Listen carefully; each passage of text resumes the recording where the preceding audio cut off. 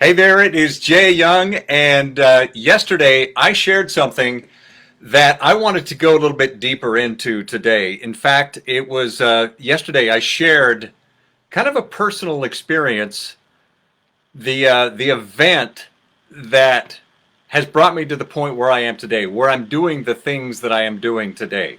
And for most of us, we all have that event in our life. Maybe it's dramatic, it's huge, or maybe it just kind of happened and you can't really pinpoint it. But there is that point. So I guess you can pinpoint it. That's what I'm saying. And the uh, the point that was the pivotal part for me. A quick backstory: I was in radio for almost 30 years, morning radio host all over the country. With radio, if you get fired from one radio station, you can't just go across town at another radio station and go to work because they have these non-compete clauses in our contracts. So that means you have to pick up your family and move to another city, another state. A lot of people in radio have broken families. I'll just tell you that.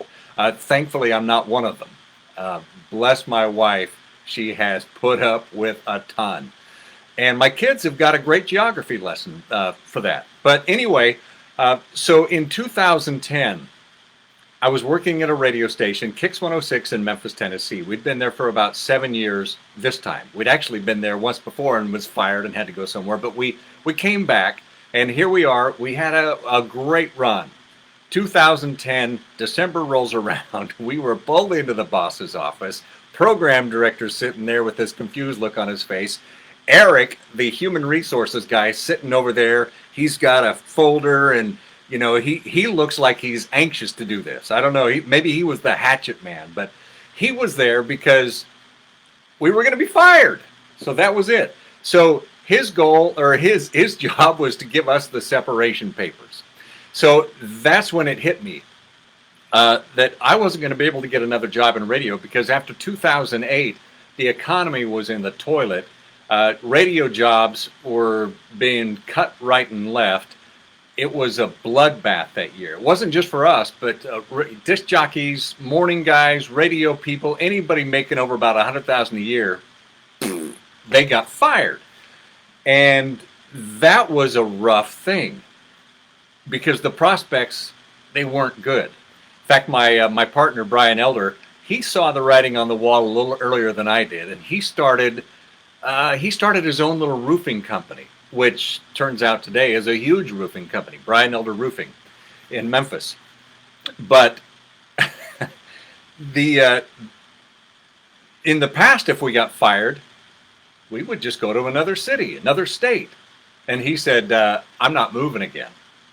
And so now either I had to go on my own, or I needed to figure things out how to somehow make a living without doing radio.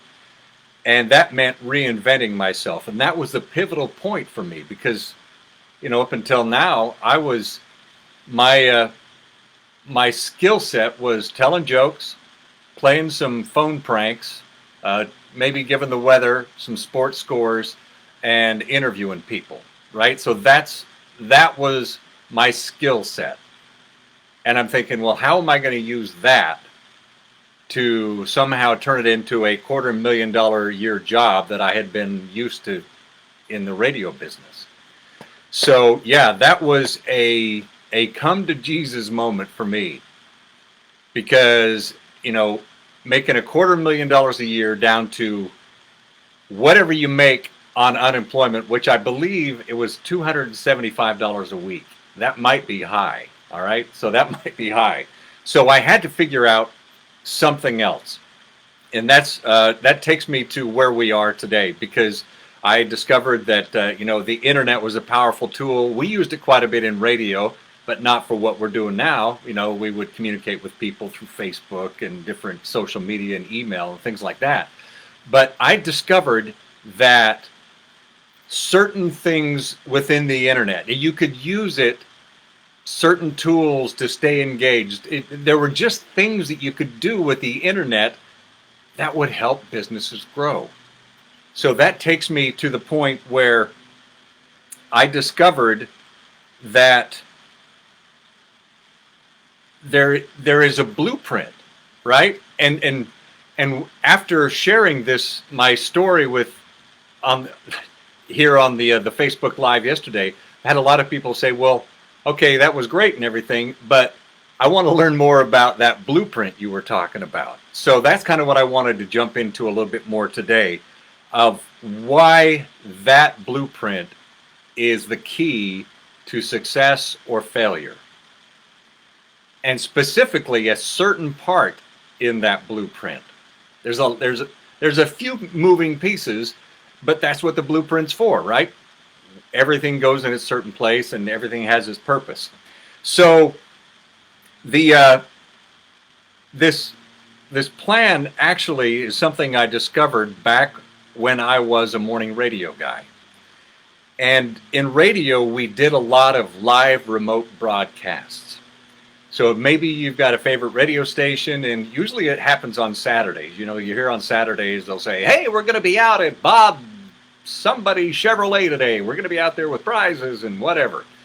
And the radio announcer would be on location for about 2 hours usually, right? So we'd be on location at 2 hours. We'd put up the little tent there that has the logo of the radio station on it, maybe a spinning wheel for some prizes, and then we would be there for 2 hours doing this live remote broadcast. We did a lot of these things every Saturday. In fact, that helped increase my salary because they paid us extra for doing those things.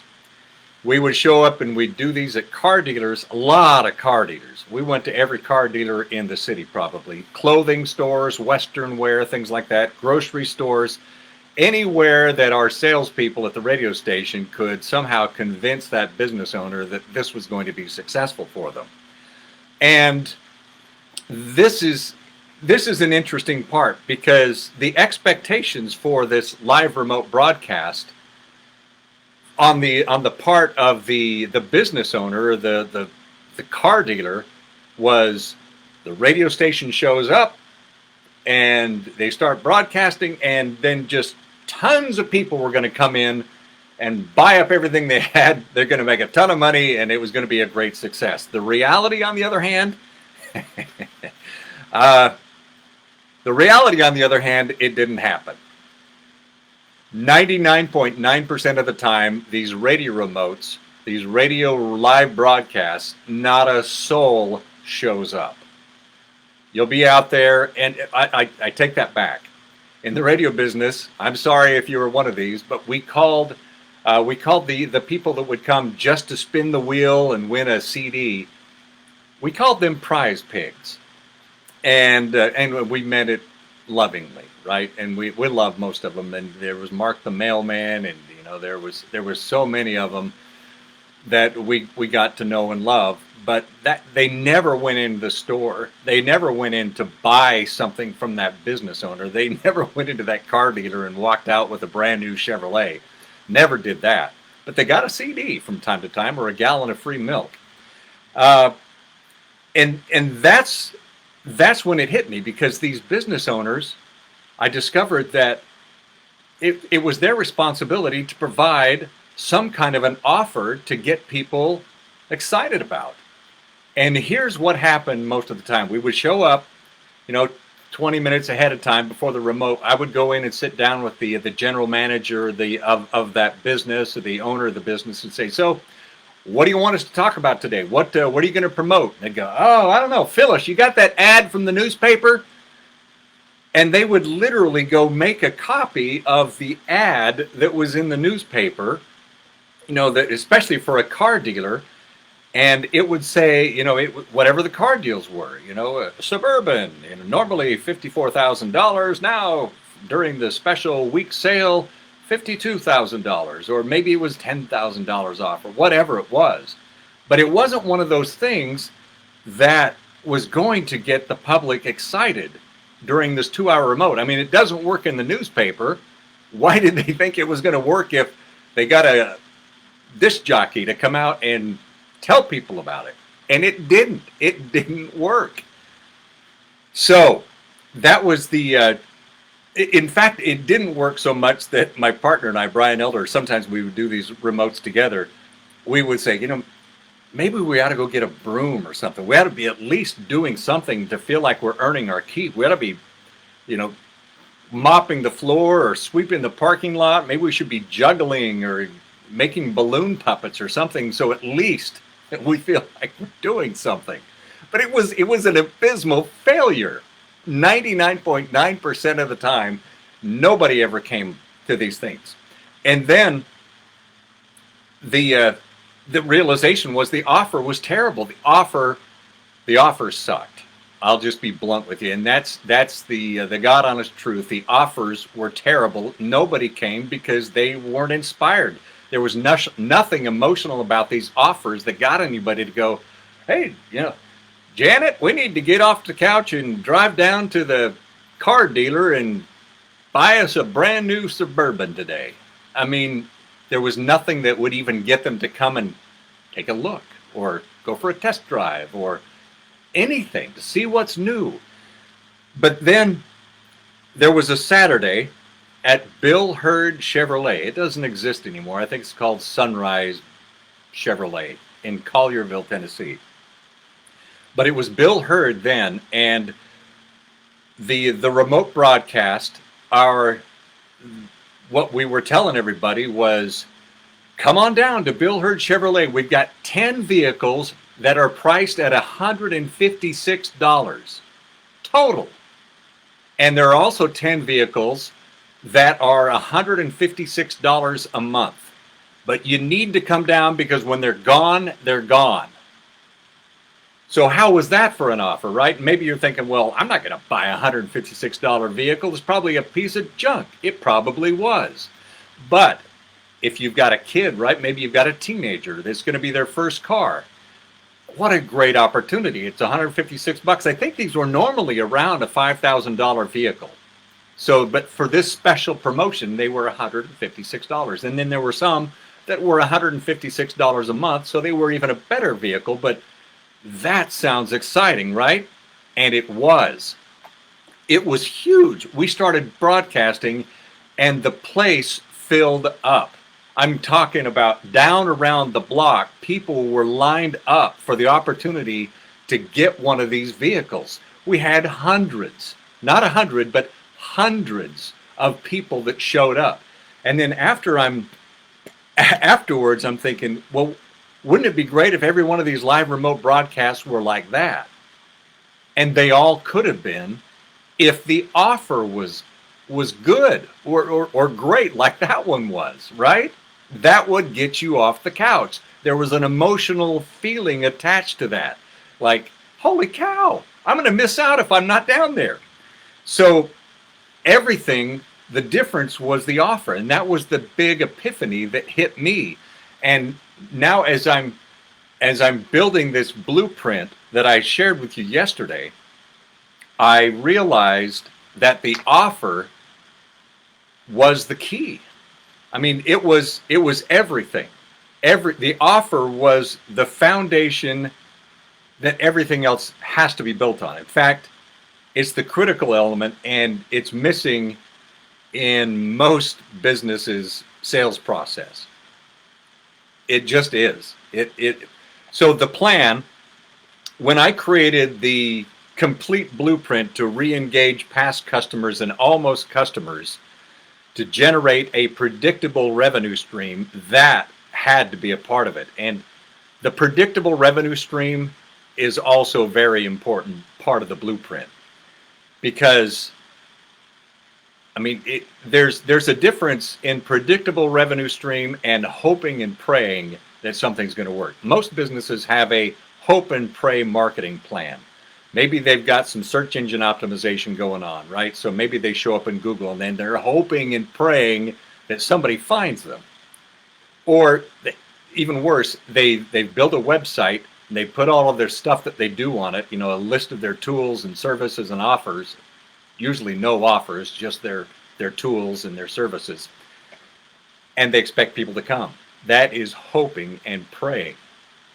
So an amazing offer is the foundation every other part of the blueprint is built on. And this totally transformed my business. It it was amazing when this light bulb went off and I realized that, you know, if a marketing campaign that I've done didn't work, it wasn't because it nobody saw it. I mean, that helps if somebody sees it, but it was because the offer was terrible. It didn't create any type of excitement in anybody's mind so that they would push a button, click a button, pick up the phone and call, walk through the door, whatever it was. And that's why I am so excited to be able to share this blueprint with a much larger audience now. And in the coming days, I'm going to be diving even deeper into other parts of the blueprint. Uh, and it's a problem that a lot of businesses have. Just like, you know, if you had a blueprint to build a home, right? What's going to be the first thing that goes into that? You're going to have the foundation, and that's what the offer is. Everything else is built off of that. So that's what the complete blueprint to re-engage past customers and almost customers, because I'm sometimes people will come, they're interested, but maybe not right now. But they might be in 2 or 3 weeks or a month or even 3 months. So that's why this is called the complete blueprint to re-engage past customers and almost customers to generate a predictable revenue stream. So till then, I hope that you will solve problems, create solutions, and continue to engage with your customers. And if you do that, they're going to be loyal to you for life. And that's what it's all about. So thanks so much for joining me today. Have a great day.